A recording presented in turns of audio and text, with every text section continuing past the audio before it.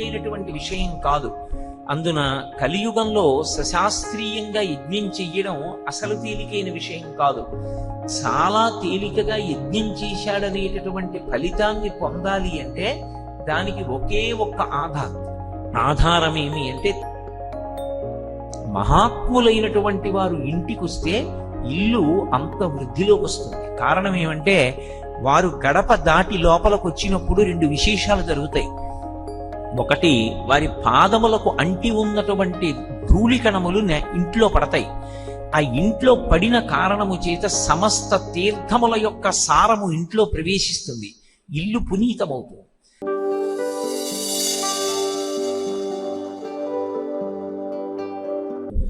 కాశీపట్టణం యొక్క వైభవాన్ని, గంగానది యొక్క వైభవాన్ని, మణికర్ణికా హ్రదము యొక్క గొప్పతనాన్ని వర్ణిస్తూ పరమాద్భుతమైనటువంటి విశేషాన్ని ఆవిష్కరించారు. స్వర్గలోకం పైన ఉంటుంది, భూలోకం కింద ఉంటుంది. ఈ భూమి కిందకెందుకుంది, స్వర్గలోకం పైన ఎందుకుంది? ఏమి స్వర్గలోకం కింద భూమి పైన ఎందుకు ఉండకూడదు అంటే, శంకర భగవత్పాదులు దానికి ఒక కారణం చెప్పారు. కాశీ ధన్యతమా విముక్తి నగరీ సాలంకృత గంగయా. కాశీ ధన్యతమమైనటువంటి నగరము. అటువంటి నగరంలో సాలంకృత గంగయా, గంగానది ప్రవహిస్తున్నటువంటి కారణం చేత మరింత విశేషాన్ని, విశేషమైనటువంటి అలంకారాన్ని పొందింది. పైగా తత్రేయం మణికర్ణికా సుఖకరీ ముక్తిర్హిత కింకరీ. ఆ కాశీపట్టణంలోనే మణికర్ణిక హ్రదం ఉన్నది. ఆ మణికర్ణిక సమస్త సుఖములను ప్రసాదించగలదు. సరికదా? అసలు ముక్తికాంత ఆ మణికర్ణిక దగ్గర దాసీత్వం చేస్తుంటుంది. అంత గొప్ప హ్రదం మణికర్ణిక. కాబట్టి తత్రేయం మణికర్ణిక సుఖకరీ ముక్తిర్హిత కింకరీ. స్వర్లోకస్తులిత సహైవ విబుధై కాశ్యాం సమం బ్రహ్మణ. బ్రహ్మదేవుడికి ఒకానొకప్పుడు అనుమానం వచ్చింది. స్వర్గలోకం గొప్పదా, కాశీపట్టణం గొప్పదా చూడాలనుకున్నాడు. అనుకుని ఒక పెద్ద తక్కెట ఒకటి తీసుకొచ్చి త్రాసు అక్కడ పెట్టాడు.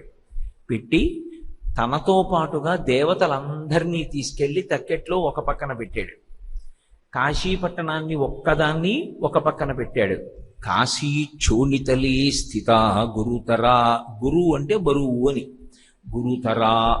కాశీపట్టణం యొక్క వైభవం ఎంత గొప్పది అంటే, కాశీ గొప్పది కాబట్టి కాశీపట్టణం కిందకి దిగి భూమి మీద ఉండిపోయింది.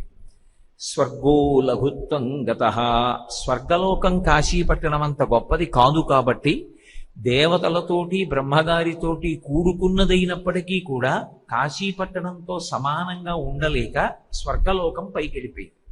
అందుకని స్వర్గలోకం పైనుంటుంది, కాశీపట్టణం భూమి మీద ఉంది అన్నారు శంకర భగవత్పాదులు. అంటే అసలు ఆ కాశీపట్టణం యొక్క వైభవం ఎంత గొప్పదో ఆలోచన చేయవచ్చు. అసలు ఆ కాశీపట్టణానికి అలంకారమే గంగానది. గంగానది ఎంత గొప్పది అంటే, ఒక్కసారి గంగా గంగా గంగా అని స్మరణ చేస్తే చాలు, సమస్తమైనటువంటి పాపములను పోగొట్టగలిగినటువంటి శక్తితో కూడుకున్నదై ఉంటుంది. అటువంటి గంగ కాశీపట్టణంలో ప్రవహిస్తోంది, వారణాసి అన్న పేరుతో. కాశీపట్టణానికి ఉన్నటువంటి మహాద్భుతమైన విశేషమేమి అంటే, శివుని నివాళించు శేషాహినడిరేయి బహుపణారత్న దీపముల చేత అంతర్హితంబులై ఫలపుష్పముల చేత ఈశాను నర్చించు కల్పపాదపములు.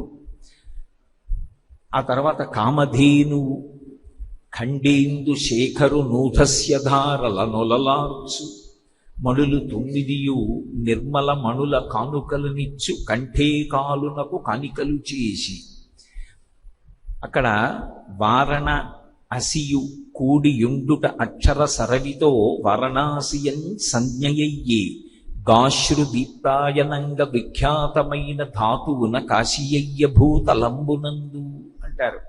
కాశీపట్టణం ఎంత గొప్పది అంటే, శివుని నివాళించు శేషాహి నడిరేయి బహుపణారత్న దీపముల చేత ఆదిశేషుడికి అనంతమైనటువంటి పడగలు, 1000 పడగలు అంటాం కానీ సహస్రఫణ్ అంటే సహస్రఫణి అంటే 1000 పడగలు ఉన్నవాడు అంటే సంస్కృతంలో సహస్రము అంటే అనంతము అని. అనంతమైన పడగలతో ఉండేటటువంటి ఆదిశేషుడు రాత్రి సమయాల్లో కాశీపట్టణంలో విశ్వనాథలింగం దగ్గరికి వెళ్ళి పడగలు విప్పి తన పడగల మీద ఉన్నటువంటి మణుల యొక్క కాంతులతో ఆయనకి నీరాజనాలు ఇస్తాట. అందుకని అంతర్హితంబులై ఈశానురర్చించు ఫలపుష్పముల కల్పపాదపములు, పైకి మన మాంసనేత్రానికి దొరకకుండా జ్యోతిస్వరూపాలతో కల్పవృక్షాలన్నీ బయలుదేరి వచ్చి తమ ఫలపుష్పముల చేత కాశీలో ఉండేటటువంటి విశ్వనాథ లింగానికి సేవ చేస్తూ ఉంటాయి. ఆ పువ్వులతోటి అలంకారం చేసి ఆ పళ్ళని నైవేద్యం చేస్తూ ఉంటాయి. అలాగే కామధేనువు ఖండేందు శేఖరు నూధస్య ధారలలార్చు, కామధేనువు బయలుదేరి వచ్చి శివునికి షట్కాల పూజ ఉంది. అందుకని అర్ధరాత్రి వేళ ఆ విశ్వనాథలింగం మీద తన పొదుగులోంచి స్రవిస్తున్నటువంటి క్షీరధారలతో అభిషేకం చేస్తూ ఉంటుంది. అక్కడే మణులు 9 నిర్మల మణుల కాలకాలునకు కనికలు చేయు. ఆ కాలకాలుడైనటువంటి పరమాత్మ అయినటువంటి విశ్వనాథుడికి ఆ నవనిధులు కూడా కుబేరుడి దగ్గర నుంచి బయలుదేరి వచ్చి 9 నిర్మలమైనటువంటి మణుల్ని కంఠేకాలునకు అంటే కాలకాలుడైన వాడికి, యముడికి యముడైనటువంటి వాడికి, కాలాంతకుడైనటువంటి వాడికి, శాశ్వతుడైనటువంటి వాడికి, నిత్య శుద్ధ బుద్ధ పరిపూర్ణ సచ్చిదానందాద్వైత స్వరూపుడైనటువంటి వాడికి ఆ మణులను కానుకలుగా ఇస్తూ ఉంటాయిట. అక్కడ వారణ అసి అనబడేటటువంటి 2 ఒడ్ల చేత గంగానది ప్రవాహంతో ఉంటుంది. వారణ అసి అనేటటువంటి 2 ఒడ్లు అటు చివర ఇటు చివర ఉండేటట్టుగా కాశీపట్టణంలో గంగానది ప్రవహిస్తోంది కాబట్టి దానికి వారణాసి అని ఆ నగరానికి పేరు వచ్చింది. అలాగే గాశ్రుదీప్త అని సంస్కృతంలో ఒక ధాతువు, ఎప్పుడూ ప్రకాశించేటటువంటి స్వభావం ఉన్నటువంటి నగరము కాబట్టి కాశీయ్య భూతలంబునందు, ఈ భూమి మీద కాశీపట్టణానికి అంత విఖ్యాతి ఏర్పడింది, అంత గొప్పది. కాశీపట్టణానికి వెళ్ళి దర్శనం చెయ్యక్కర్లేదు, కాశీ కాశీ కాశీ అని రోజు ఒకసారి తలుచుకున్న, గంగానది గంగానది గంగానది అని రోజు ఒక 3 మాటలు అనుకున్నా కూడా ఆ గంగానది యొక్క ప్రభావం చేత, కాశీపట్టణం యొక్క ప్రభావం చేత సమస్త పాపరాశి నుండి కూడా మనుష్యుడు వినిర్ముక్తుడవుతాడు. అంత గొప్ప పట్టణం కాశీ, అంత గొప్ప స్వామి విశ్వనాథుడు. కలుగని కాశీ శంభులింగములు కోట్లు, విశ్వనాథుండు లింగంబె శాశ్వతంబు. కలుగనే కాశీ తీర్థములు కోట్లు అనగా మణి హ్రదంబే కేవలము తీర్థమయ్యే అంటారు. కాశీపట్టణంలో కొన్ని కోట్ల శివలింగాలు ఉంటాయి. ఇన్ని చోట్ల శివలింగాలు, ఇళ్ళు కట్టుకుందామని పునాదులు తీస్తే శివలింగాలు దొరుకుతుంటాయి. కలుగని కాశీ శంభులింగములు కోట్లు, కాశీపట్టణంలో కొన్ని కోట్ల శివలింగాలు ఉన్నప్పటికీ కూడా లింగము అని దేన్ని పిలుస్తామంటే ప్రధానమైనటువంటి పూజ ఎవరికి జరుగుతుంది అంటే కలుగని కాశీ శంభులింగములు కోట్లు విశ్వనాథుండు లింగంబె శాశ్వతంబు. విశ్వనాథలింగము వారణాసి పట్టణంలో విశ్వనాథ మందిరంలో ఉన్నటువంటి లింగము ఏది ఉన్నదో అది ప్రధాన లింగమై శాశ్వతమైనటువంటిదై చిద్రూపమై సమస్త జనుల చేత కూడా సుర నరోరగ దైత్య సంస్తుత్య కాశీ, సుర నర ఉరగముల చేత పూజ చేయబడుతూ అన్ని వేళల యందు సమస్త జీవులను ఆదుకోవడానికి సిద్ధమైనటువంటి పరమశివుని యొక్క నెలవుగా కాశీపట్టణం ప్రకాశిస్తూ ఉంటుంది. కాశీపట్టణంలో ఎన్నో తీర్థాలు ఉండవచ్చు, కానీ అన్ని తీర్థాలలోకి గొప్ప తీర్థముగా పేరుగాంచినది ఇది అంటే మణికర్ణికా తీర్థం. ఎందువల్ల మణికర్ణికా తీర్థానికి అంత గొప్ప పేరు వచ్చింది? నిజానికి కాశీపట్టణంలో వారణాసి వెళ్ళి ఆ గంగానది స్నానం చెయ్యాలనుకున్నప్పుడు మీరు ఏ ఘాట్లో స్నానం చేసినా వచ్చేటటువంటి పుణ్యం మాత్రం ఒక్కటే. ఘాట్కి పేరు మారుతుందేమో కానీ స్నానం చేసేది మాత్రం గంగానదిలోనే స్నానం చేస్తాం. కానీ అక్కడ ఉన్నటువంటి అన్ని తీర్థములలోకి అద్భుతమైనటువంటి తీర్థముగా పేర్గాంచినటువంటి తీర్థము మణికర్ణికా తీర్థం. మణికర్ణిక అంత శక్తివంతమైనది. మణికర్ణిక తీర్థ స్నానం గురించి శంకరాచార్యుల వారు ప్రత్యేకంగా ఒక అష్టకమే చేశారు. మణికర్ణికాష్టకం అని చెప్పి మేమందరం కాశీపట్టణానికి వెళ్ళినప్పుడు ఆ మణికర్ణికలో స్నానం చేస్తూ అందరం ఆ మణికర్ణికా ఘాట్లో మణికర్ణికా స్తవం చేసి స్నానం చేశాం.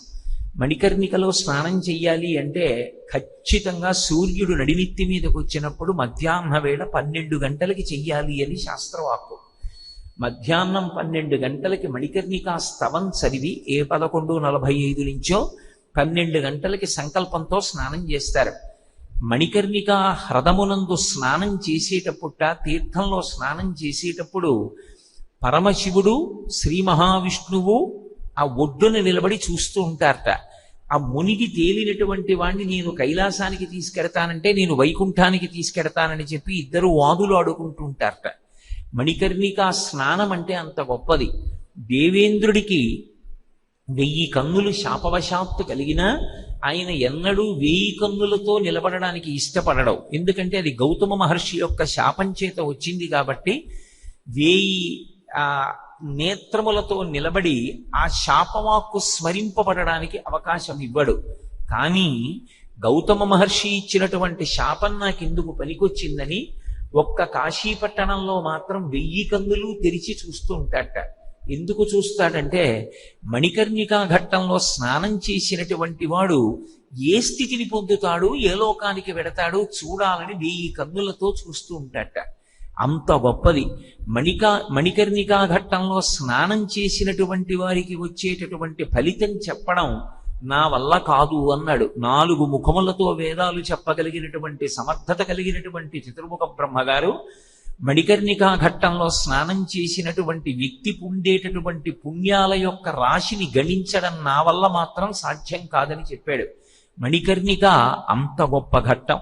కారణం ఏమంటే పార్వతీ పరమేశ్వరులు లోకమునకు ఆది కుటుంబం. అందుకే శంకరాచార్యుల వారు శివానందలహరి చేస్తూ నిత్యాయ త్రిగుణాత్మనే పురజితే కాత్యాయని శ్రీయసే సత్యాయాది కుటుంబినే మునిమన ప్రత్యక్ష చిన్మూర్తయే మాయా సృష్ట జగత్రయాయ సకలాం నాయాంత సంచారిణే సాయంతాండవ సంభ్రమాయ జటినే నేయం పతిష్యం భవే అంటారు. శంకరుడు గురించి చెప్తూ నిత్యాయ త్రిగుణాత్మనే పురజితే కాత్యాయని శ్రేయసే సత్యాయాది కుటుంబిని. మొట్టమొదటి కుటుంబం పరమశివుడిదే. వాళ్ళిద్దరే ఆది దంపతులు పార్వతీ పరమేశ్వరులు.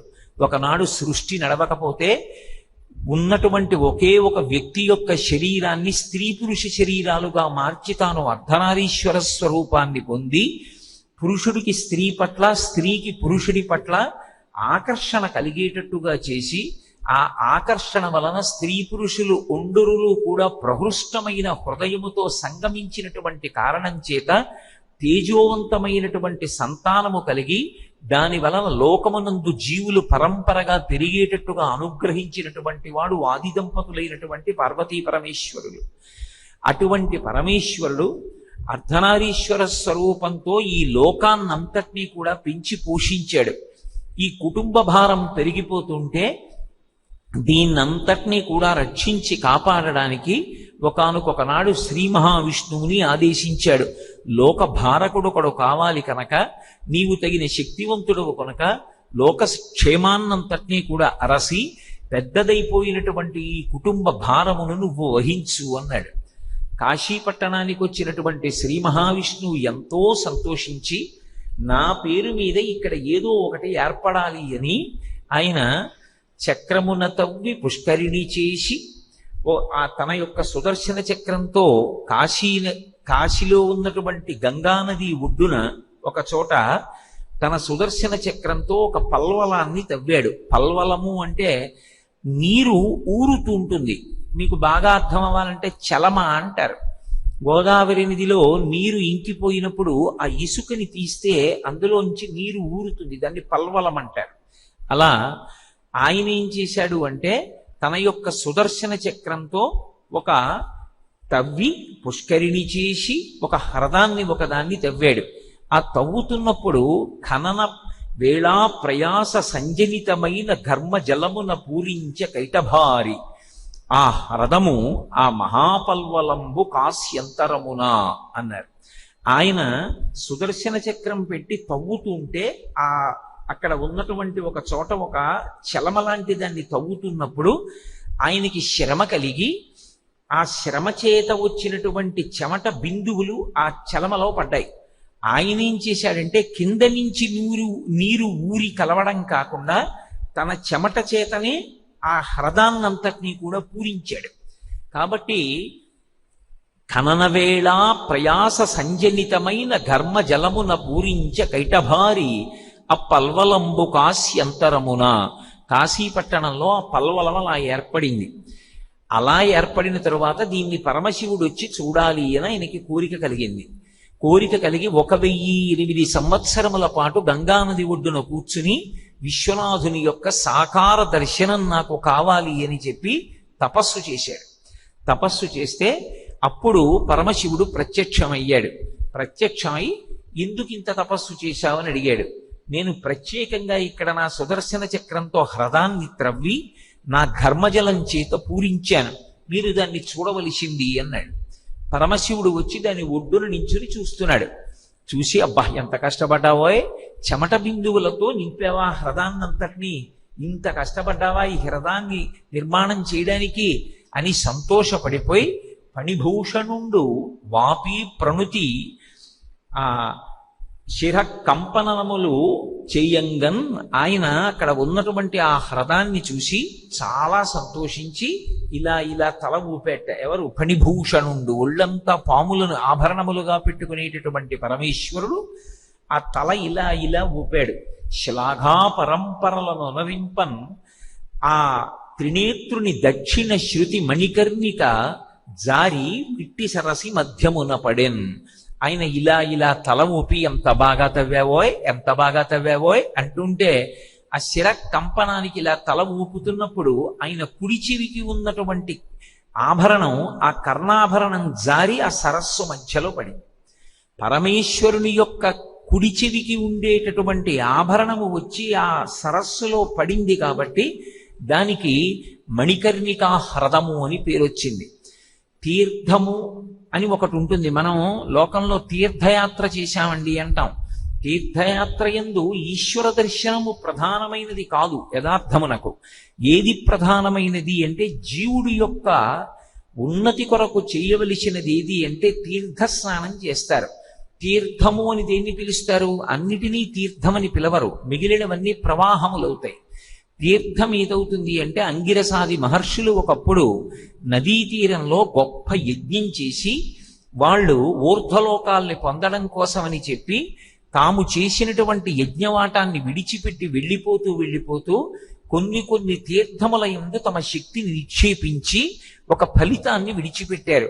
ఇక్కడకొచ్చి ఎవరు స్నానం చేస్తారో ఆ స్నానం చేసినటువంటి వారికి సశాస్త్రీయంగా ఎలా యజ్ఞం చెయ్యాలో అలా యజ్ఞం చేసినటువంటి ఫలితము కటాక్షింపబడుగాక అని.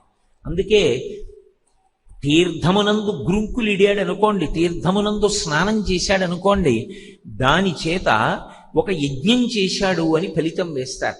ఉదాహరణకి మణికర్ణికా తీర్థానికి వెళ్ళి స్నానం చేశాడు అనుకోండి, కాశీపట్టణంలో ఒక యజ్ఞం చేశాడు అని చెప్తారు. ఎందుకంటే యజ్ఞం చెయ్యడం అనేటటువంటిది అంత తేలికైనటువంటి విషయం కాదు. ఆ హోత, ఉద్గాత, అధ్వరు మొదలైనటువంటి వాళ్ళు ఆయా స్థానముల యందు కూర్చుని యజ్ఞాన్ని నిర్వహించేటటువంటి మంచి విద్వాంసులు లభించాలి. విద్వాంసులు లభించి యజ్ఞం చేసిన తరువాత ఆ యజ్ఞ పరిసమాప్తి సమయంలో భూరి దక్షిణలను ఇవ్వాలి, వాళ్ళకి ఇచ్చి పంపించాలి. యథార్థమునకు రజతదానం చేత అంటే వెండిని ఇస్తే పితృదేవతలు సంతోషిస్తారు. యథార్థమునకు ఏ దానం చేస్తే విశేషమైన ఫలితం కలుగుతుంది అంటే సువర్ణ దానం చేత కలుగుతుంది. బంగారాన్ని అంత విశేషంగా దానం చెయ్యాలి. యజ్ఞం జరుగుతున్నన్నాళ్ళు యజ్ఞం చూడడానికి వచ్చిన వాళ్ళందరికీ కూడా అన్నదానం చెయ్యాలి. పైగా యజ్ఞము చేసేటటువంటి వాడికి మాత్రమే దీక్ష అనేటటువంటిది అన్వయం అవుతుంది. మీరు వేదంలో పరిశీలనం చేస్తే యజ్ఞం చేసే వాళ్ళు ఎవరుంటారో వాళ్ళు మేళతాళాలతో మంగళవాద్యాలతో పురోహిత సమూహంతో కలిసి యజ్ఞవాటంలోకి ప్రవేశిస్తారు. ఇక ఆ యజ్ఞమంతా పూర్తయిపోయే వరకు యజ్ఞ ప్రాంగణాన్ని విడిచిపెట్టి వెళ్ళిపోకూడదు. ప్రత్యేకించి ఊరు విడిచిపెట్టి అస్సలు వెళ్ళకూడదు. అందుకే యజ్ఞం ఎక్కడ చేస్తున్నారో అక్కడే యజ్ఞము చేసేటటువంటి కర్త నివసించడానికి యోగ్యంగా ఒక చిన్న పర్ణశాల వేసుకుని అక్కడే ఉంటాడు. అక్కడే ఉండి ఆ ప్రాంతాన్ని విడిచిపెట్టకుండా యజ్ఞమంతా పరిసమాప్తమైపోయిన తర్వాత అవబృధ స్నానం చేయిస్తారు. యజ్ఞం చేసినటువంటి దంపతుల్ని కూర్చోపెట్టి అవబృధం చేయిస్తారు. చేసిన తరువాత మళ్ళీ మంగళవాద్యాలతో అంతఃపురానికి ఎడతాడు. యజ్ఞం చెయ్యడం అంత తేలికైనటువంటి విషయం కాదు. అందున కలియుగంలో సశాస్త్రీయంగా యజ్ఞం చెయ్యడం అసలు తేలికైన విషయం కాదు. చాలా తేలికగా యజ్ఞం చేశాడనేటటువంటి ఫలితాన్ని పొందాలి అంటే దానికి ఒకే ఒక్క ఆధారం ఏమి అంటే తీర్థస్నానం చేయడమే. అందుకే తీర్థయాత్ర చేసి వచ్చారండి అంటారు. తీర్థయాత్ర చేసి వచ్చినటువంటి వాళ్ళ యొక్క శక్తి, భగవద్ అనుగ్రహము వాళ్ళ అరికాళ్ళకి పట్టి ఉంటుంది. అరికాళ్ళకి పట్టి ఉంటుంది కాబట్టే వాళ్ళు ఎంత శౌచం అంటే తీర్థయాత్ర చేసి ఇంటికి వచ్చే లోపల కూడా వాళ్ళేమి అశౌచంతో ఉన్నట్లు కాదు.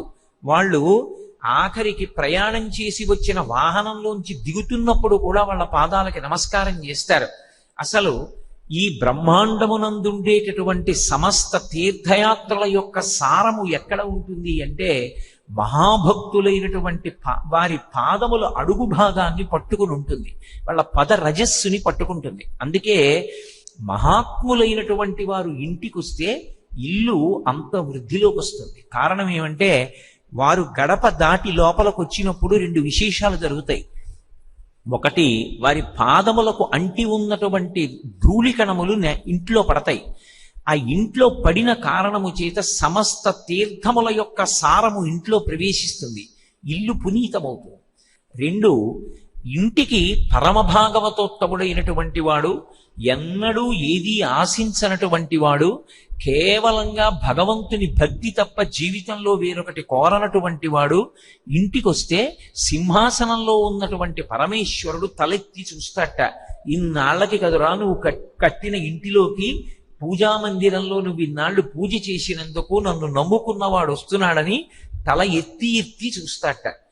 ఆయన లోపలకొచ్చి గుక్కెడు మంచినీళ్లు తాగి వెళ్ళిపోతే చాలు, కూర్చుని వెళ్ళిపోతే చాలు, ఈశ్వరుడు విశేషంగా సంతోషిస్తాడు. నాకు పరమభక్తుడైన వాణ్ణి ఇంటికి తీసుకొచ్చావురా, నీకు నేను అభ్యున్నతిని ఇస్తున్నానని ఇచ్చేస్తాడు.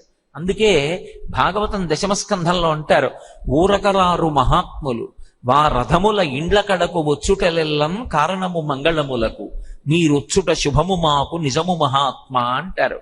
మహాత్ములైనటువంటి వాళ్ళు రావడం ప్రకృతి పులకించిపోతుంది, ఈశ్వరుడు పరవశించిపోతాడు.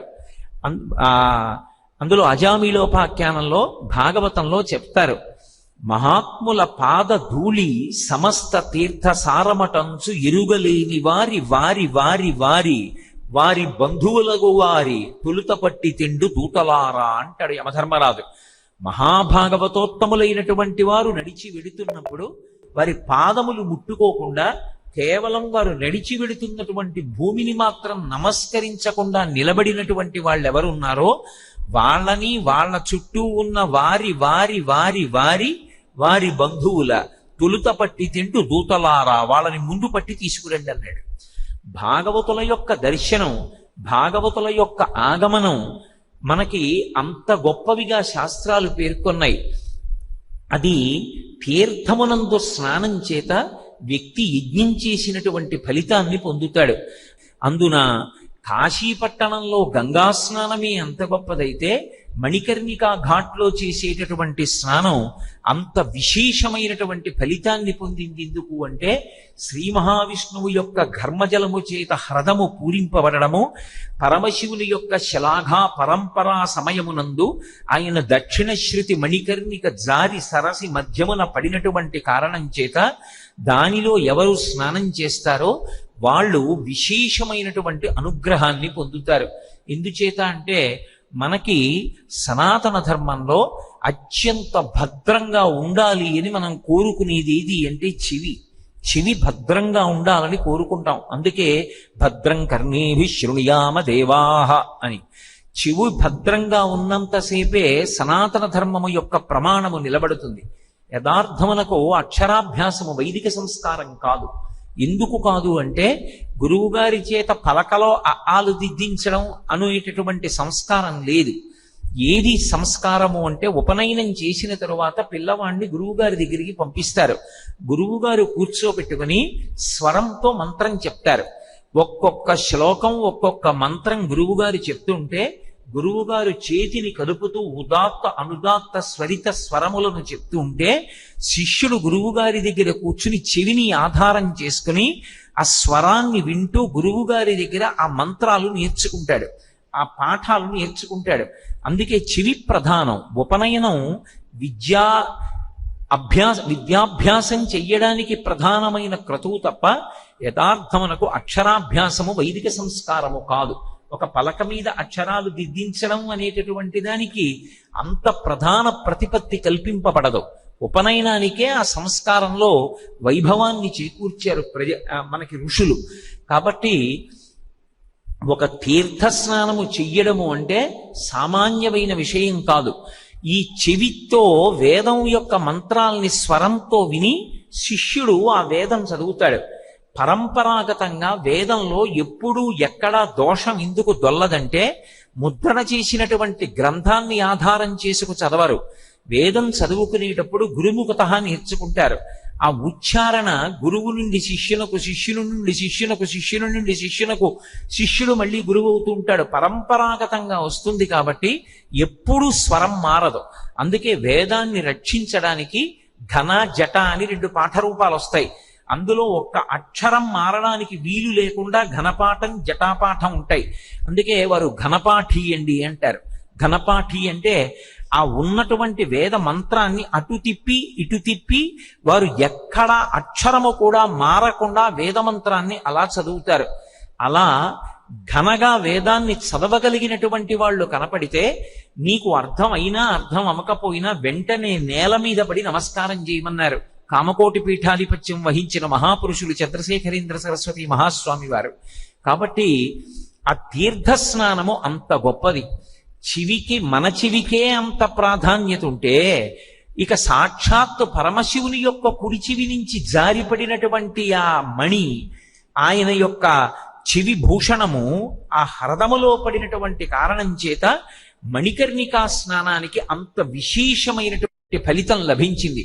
అందుకే మధ్యాహ్నే మణికర్ణికా స్నపనజం నవక్తుం క్షమః అంటారు. మధ్యాహ్న కాలంలో 12 గంటలకి మణికర్ణికలో ఎవరు స్నానం చేశాడో వాడి యొక్క ఫలితము, వాడు పొందినటువంటి పుణ్యము చెప్పడం ఆఖరికి చతుర్ముఖ బ్రహ్మగారికి కూడా సాధ్యము కాదు. అంత గొప్ప పట్టణంగా నిర్మింపబడినది కాశీ పట్టణం.